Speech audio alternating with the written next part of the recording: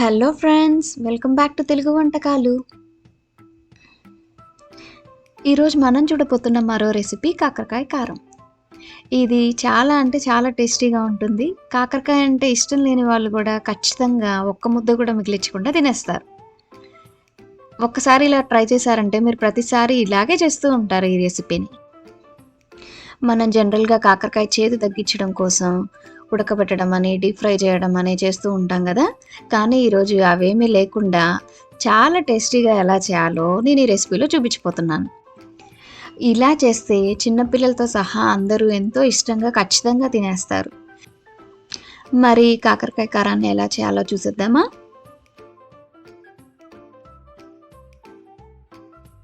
మీకు ఈ వీడియో నచ్చినట్లయితే లైక్ చేయండి, షేర్ చేయండి, కామెంట్ చేయండి. సబ్స్క్రైబ్ చేయడం అస్సలు మర్చిపోవద్దు. వెంటనే పక్కనే ఉన్న బెల్ ఐకాన్ ప్రెస్ చేయండి. అలా చేసినట్లయితే నేను వీడియో అప్లోడ్ చేసిన వెంటనే మీకు నోటిఫికేషన్ వచ్చేస్తుంది. ముందుగా కాకరకాయల్ని శుభ్రంగా నీళ్ళతో కడుక్కొని తర్వాత చిన్న చిన్న ముక్కలుగా కట్ చేసుకోవాలి. ఇక్కడ గింజలు కూడా తీయాల్సిన అవసరం లేదు. గింజలతో సహా వీడియోలో చూపించినట్లుగా చిన్న చిన్న ముక్కలుగా కట్ చేసుకోవాలి. ఇక్కడ నేను సుమారుగా 1/2 కేజీ కాకరకాయలను తీసుకొని ఇలా చిన్న చిన్న ముక్కలుగా చేసి ముందుగా పెట్టుకున్నాను. ఇప్పుడు ఈ ముక్కలన్నిటినీ మిక్సీ జార్లోకి తీసుకోవాలి. మొత్తం ఒకేసారిగా కాకుండా కొంచెం కొంచెం ముక్కలను ఒకసారి వేసుకునే విధంగా చూసుకోవాలి. తర్వాత కొంచెం సాల్ట్ని యాడ్ చేసుకోవాలి.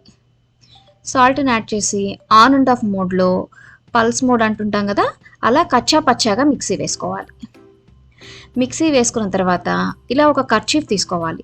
హ్యాండ్ కర్చీఫో, కాటన్ క్లాత్, ఏదో ఒక క్లాత్ని తీసుకోవాలి. చూడండి, ముక్కలు ముక్కలు అక్కడక్కడ మనకు తగులుతున్నట్లు అలా కచ్చా పచ్చాగా మిక్సీ వేసుకోవాలి మనం. అలా మిక్సీ వేసుకున్న దాన్ని ఒక కర్చీఫ్లోకి తీసుకొని మూట కట్టేసుకోవాలి. మనం సాల్ట్ వేసి మిక్సీ వేసాం కదా, అందువల్ల చాలా నీరు ఉంటుంది.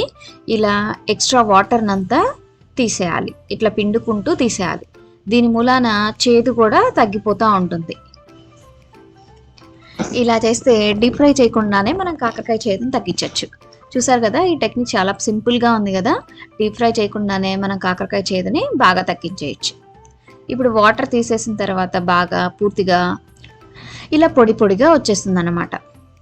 ఇలా మొత్తం కాకరకాయ ముక్కలకి మనం ఇలా రెడీ చేసి పక్కన పెట్టుకోవాలి. ఆ తర్వాత ఒక మిక్సీ జార్లోకి ఒక పెద్ద ఉల్లిపాయ, కారం, ఉప్పు వేసి మిక్సీ వేయాలి. ఇక్కడ కూడా పల్స్ మోడ్లోనే కచ్చాపచ్చాగా మిక్సీ వేసుకోవాలి, అక్కడక్కడ ఉల్లిపాయ ముక్కలు తగిలేలాగా. ఇలా ఉల్లిగడ్డ కారాన్ని కూడా రెడీ చేసి పక్కన పెట్టుకోవాలి. ఆ తర్వాత ఒక ప్యాన్ పెట్టుకొని ఒక 4 టీ స్పూన్స్ వరకు ఆయిల్ తీసుకోవాలి. ఆయిల్ కొంచెం ఎక్కువే పడుతుంది ఇక్కడ, అందుకని ఒక 4 to 5 టీ స్పూన్స్ వరకు తీసుకోవాలి. తర్వాత తాలింపు కోసం పచ్చిపప్పు, మినపప్పు, ఆవాలు, జీలకర్ర, కరివేపాకు అన్నీ వేసుకోవాలి. ఇక్కడ అన్నీ వేసి కొంచెం తాలింపుని వేగనివ్వాలి.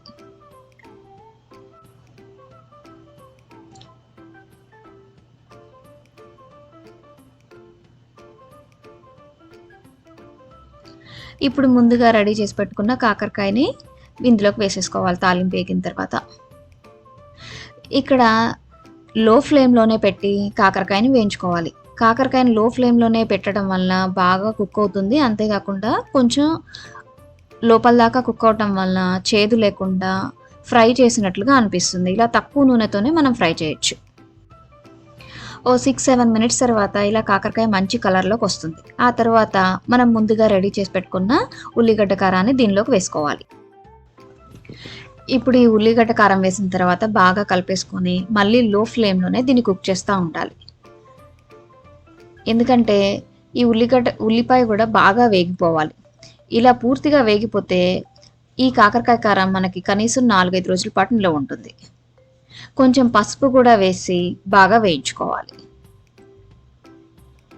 ఫ్రిడ్జ్లో స్టోర్ చేసుకుంటే ఈ కాకరకాయ కారం కనీసం వారం రోజులైనా చాలా ఫ్రెష్గా ఉంటుంది. ఒకవేళ ఉల్లిపాయ సరిగా వేగకపోతే మళ్ళీ పాడైపోయే ఛాన్స్ ఉంటుంది కాబట్టి బాగా లో ఫ్లేమ్లోనే కుక్ చేసి రెడీ పెట్టుకోవాలి.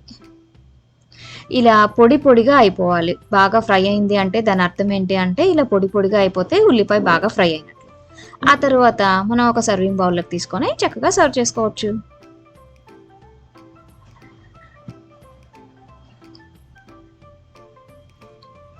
ఇలా చేస్తే ఎంతో టేస్టీగా ఉండే మన కాకరకాయ కారం రెడీ అయిపోయినట్లే. చూసారు కదా, ఎంతో సింపుల్గా ఈ రెసిపీని తయారు చేసాం మనం. ఈ రెసిపీ ఖచ్చితంగా ఇంట్లో అందరికీ నచ్చుతుంది. మీరు ఇలా ఒకసారి ట్రై చేసి మీకు ఎలా వచ్చింది అనేది నాకు కామెంట్ రూపంలో తెలియచేయండి. Thanks for watching.